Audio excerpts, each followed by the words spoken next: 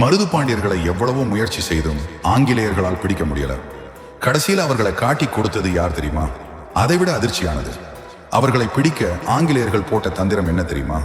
வாங்க அந்த சுவாரஸ்யமான வரலாற்றை இப்போ பார்க்கலாம்.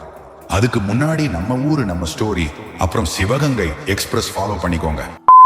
கடைசியில் ஆங்கிலேயர் என்ன பண்றேன், புதுக்கோட்டை தொண்டைமான் ராஜா போய் நாடுறேன், அவர் தான் காட்டி கொடுத்தார்.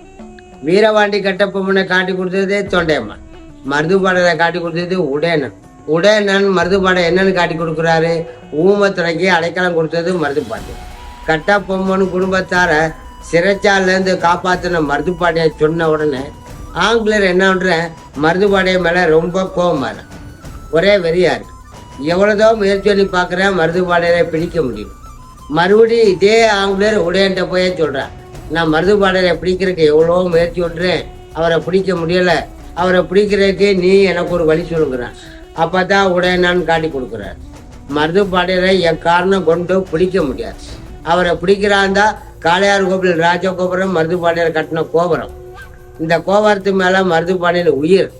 இந்த கோபுரத்தை பீரங்கியை வச்சு இடிக்க போகிறோம்னு நீ தண்டரா போட்டால் மருதுபாண்டியர் எங்கே இருந்தாலும் சரண் அடைஞ்சிருவார்னு உடையனான்னு ஆங்கிலேயர்கிட்ட சொல்லிட்டார். மருது பாண்டியர்களை பிடிக்க முடியாமல் தவித்த ஆங்கிலேயர்கள் கடைசியில் காளையார் கோவில் கோபுரத்தையே இடிக்கப் போவதாக மிரட்டினார்கள். அந்த மிரட்டலுக்கு மருது பாண்டியர்கள் என்ன முடிவு எடுத்தார்கள்? அவர்கள் ஆங்கிலேயர்களிடம் சரணடைந்தார்களா? அதை பார்ட் 4 பார்க்கலாம். பார்ட் 4 தவற விடாம நம்ம ஊரு, நம்ம ஸ்டோரி, அப்புறம் சிவகங்கை எக்ஸ்பிரஸ் ஃபாலோ பண்ணி வைங்க.